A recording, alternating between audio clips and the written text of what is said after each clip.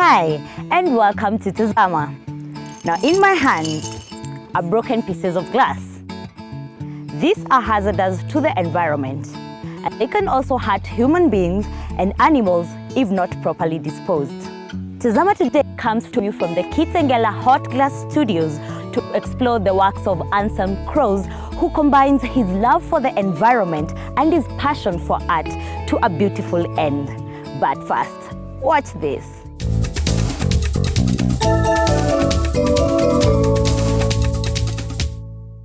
Now, when you walk into a beauty spa for a pedicure, you expect something a little bit like this.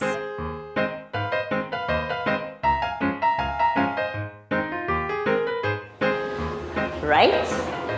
So today I am at Sugarcoat Nail and Beauty Spa in Hurlingham, where I'm going to introduce you to a totally different kind of pedicure.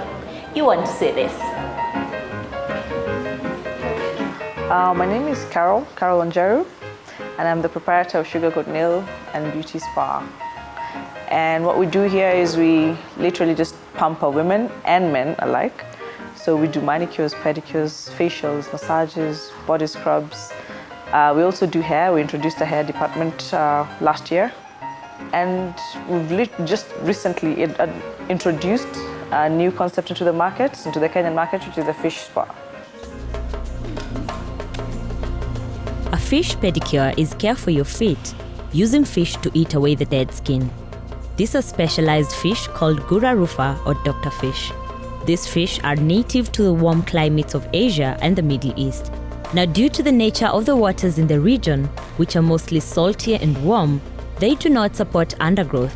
Therefore, the fish accustom themselves to feeding on the dead skin of people who would come to sit on the hot water spring. Currently, the doctor fish we're importing. We've not gotten to the point where we're able to breed them yet, and perhaps maybe in the pipeline we shall be able to do that, but currently we are importing them. We're working on getting a new supply every 1.5 months to 2 months. So we get a big consignment and ensure at least our clients are satisfied. When there are no clients, the fish actually have fish food. Every evening we do feed the fish. We don't starve them at any one point. It is ticklish to start with because the fish are kind of tiny and they're hovering around your foot. Although they don't have teeth, they don't bite. They use suction to take away the dead skin. It does get a little bit ticklish, but after about a minute or two in the water, you get accustomed to it. It's like a regular pedicure. When the scrubbing starts, your toes will curl, but after a while, you get used to it and you just relax. So it's very enjoyable. All our clients have enjoyed it so far, and they're always coming back. This is one pedicure I most definitely have to try out. If I wanted to do a fish pedicure, what's the process you'll take me through? So we clean your feet and inspect for any wounds, cuts, or infection, so as not to spread any contaminate the fish.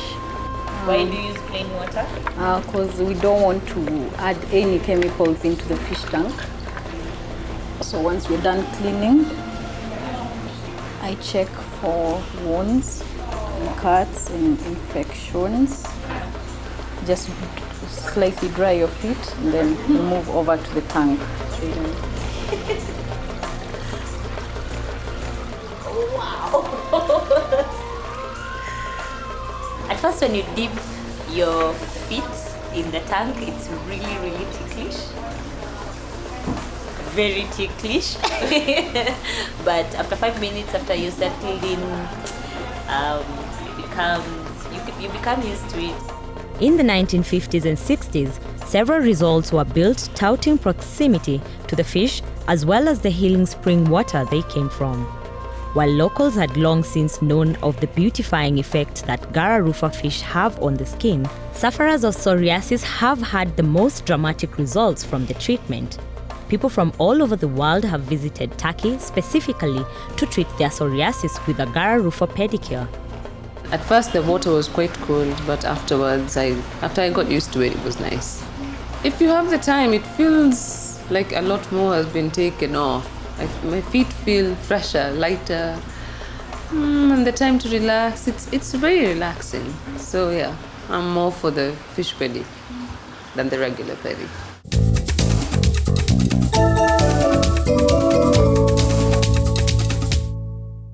Hi Tom, how are you? Hi, good. How are you today? I'm doing fine. You? Very good. So tell us a little bit about this place.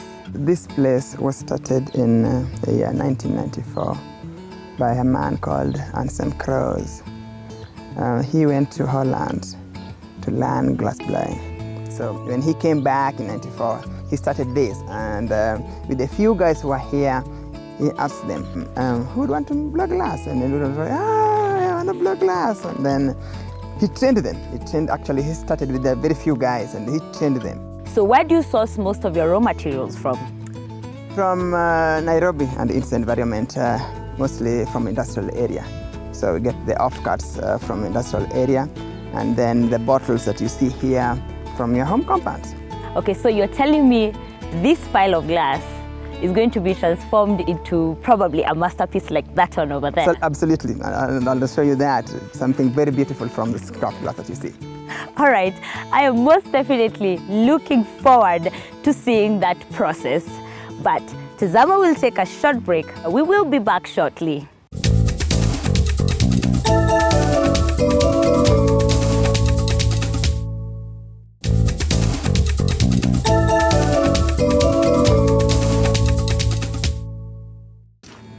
Now Tom is going to take us through the process of turning scrap glass into masterpieces of art. But before he does, watch our next story.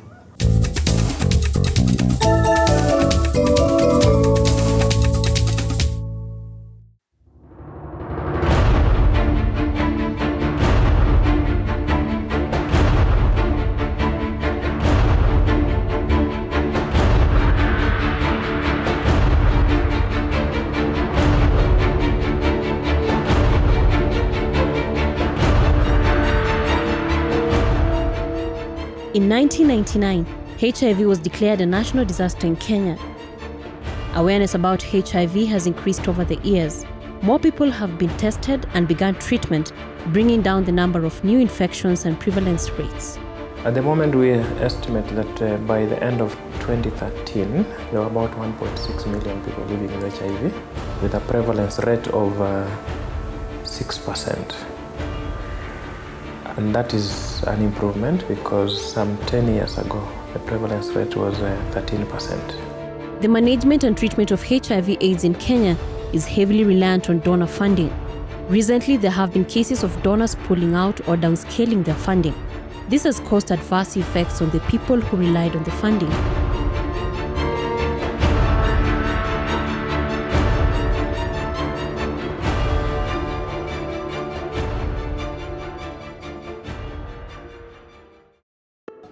One of the areas affected by donor pullout is Mbirikani in Loitoktok, Kajiado County.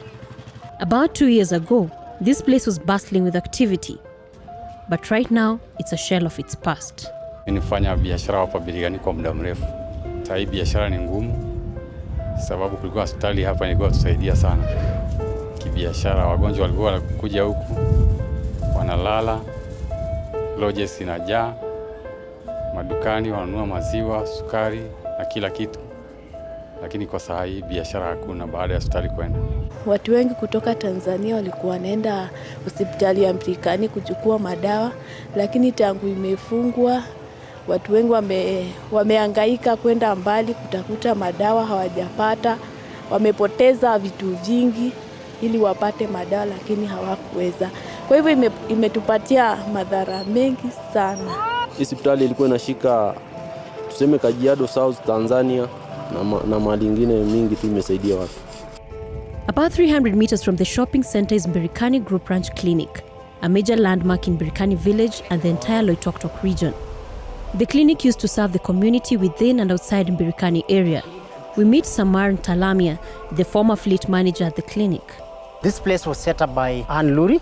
She's an American lady who came to Mbirikani Group Ranch as a tourist, and she was so moved by a lack of very basic and essential healthcare services, especially for women and children.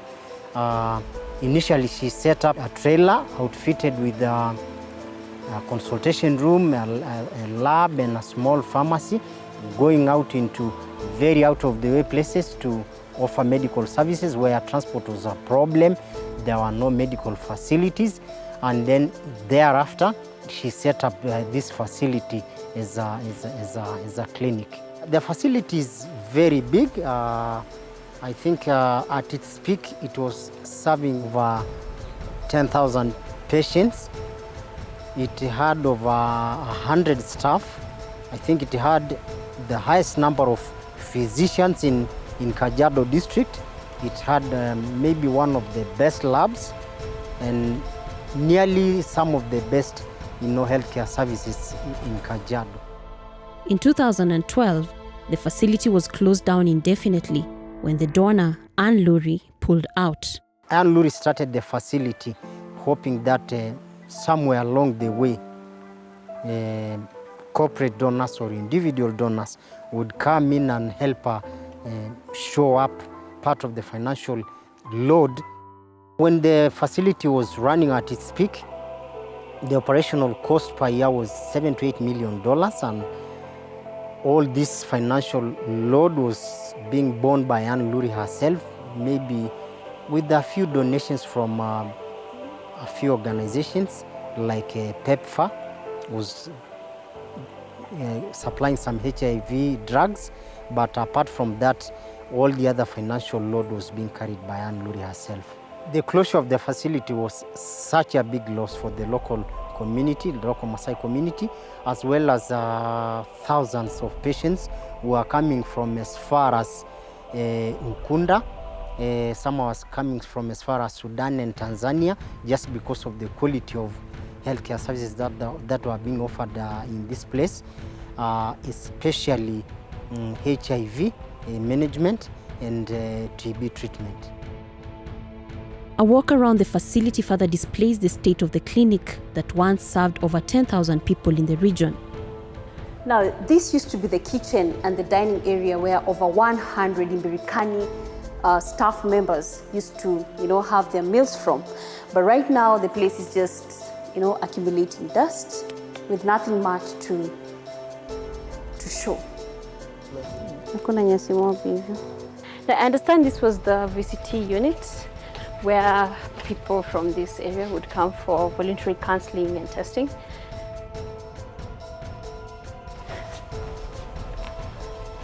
Yeah, the place is deserted.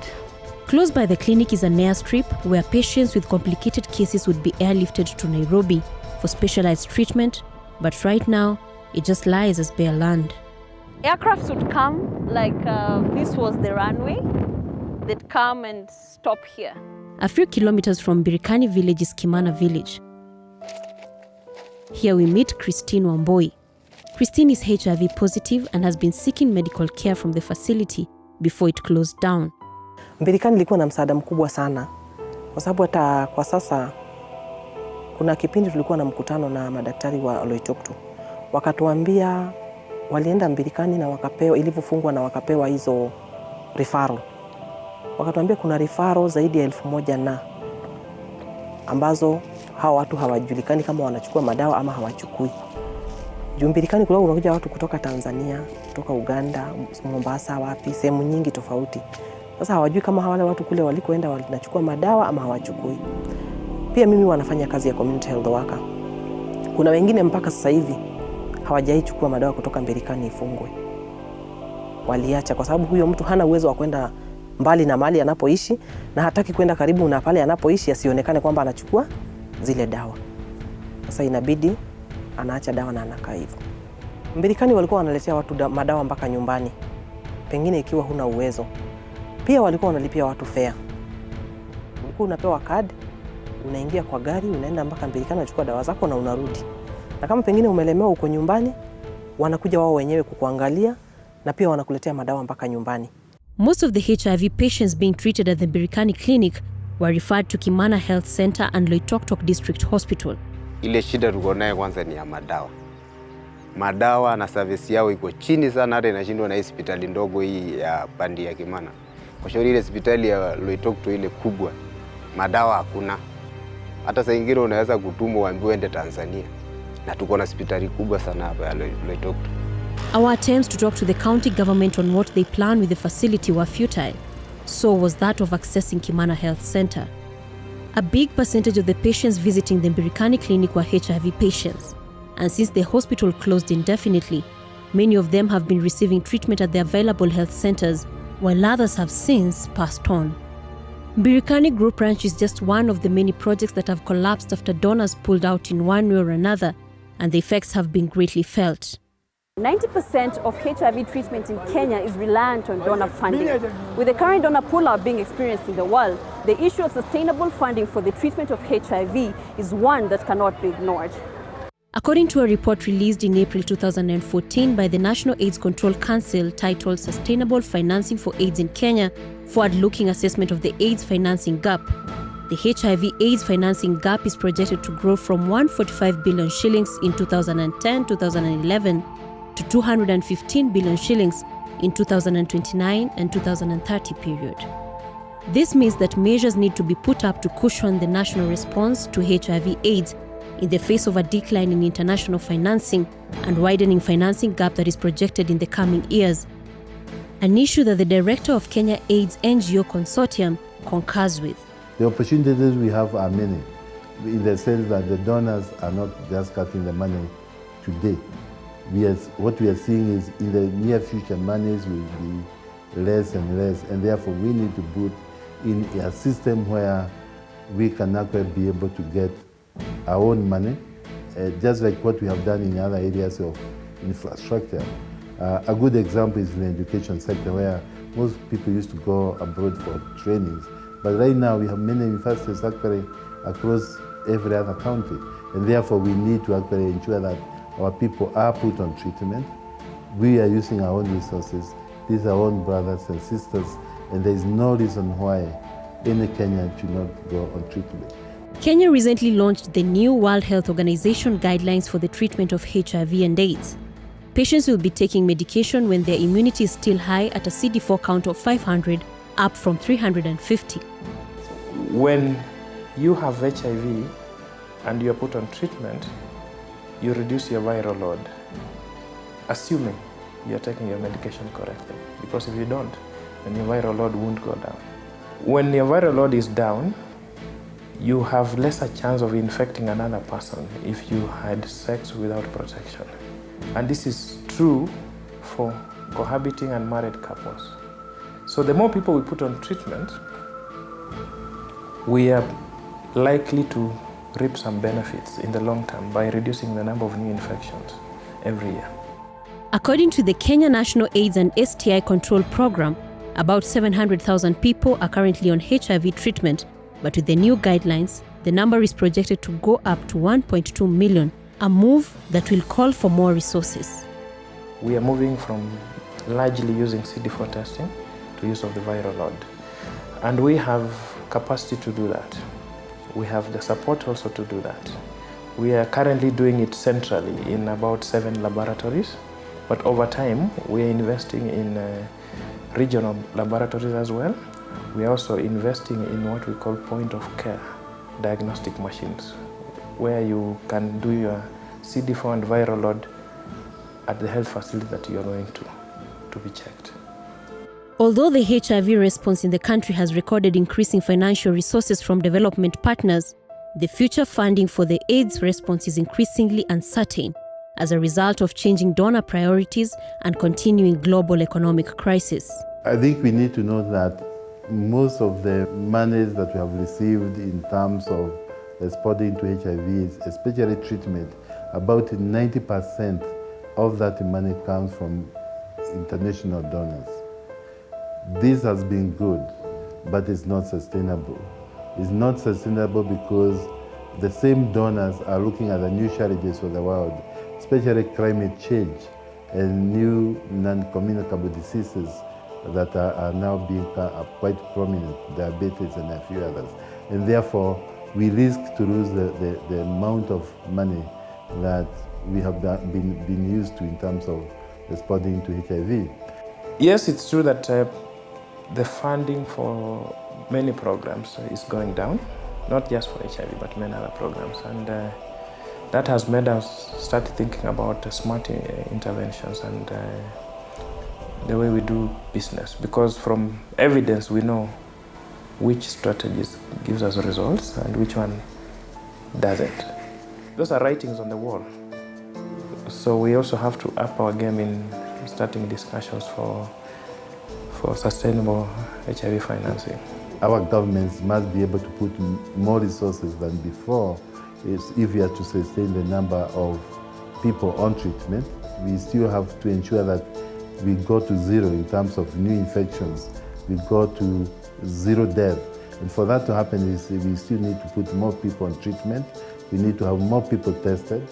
HIV/AIDS remains a national disaster and still calls for immediate and sustained action by government and its partners, private sector, individuals, and households. As for the people of Mbirikani, they still hold on to the hope that one day, the clinic that once put smiles on their faces will be reopened.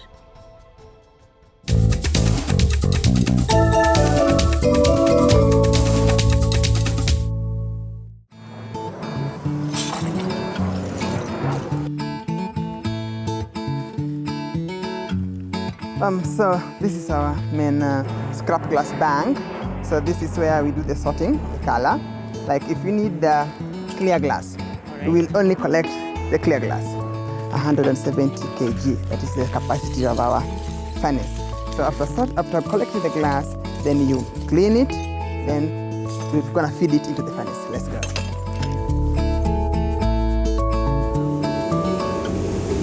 So this is the main kiln where we feed the scrap glass, the 170 kg of scrap glass. And it melts here overnight at a temperature of 1,100. What? Yes, 1,100. So once the glass melts from there, we'll use the rods. As you can see, it is hollow. This will enable them to blow the glass, and that's why we call it blown glass. So from here, you use the blowing rod to gather the glass from the kiln.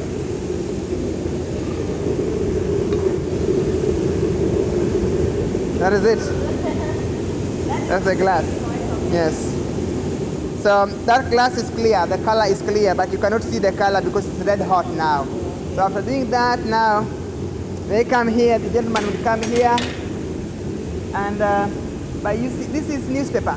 Yes. So this newspaper is what you fold several times, and then you dip it into water, and then you use this to shape the glass. Okay. Yeah. The newspaper cannot get no, because no. Pretty hot.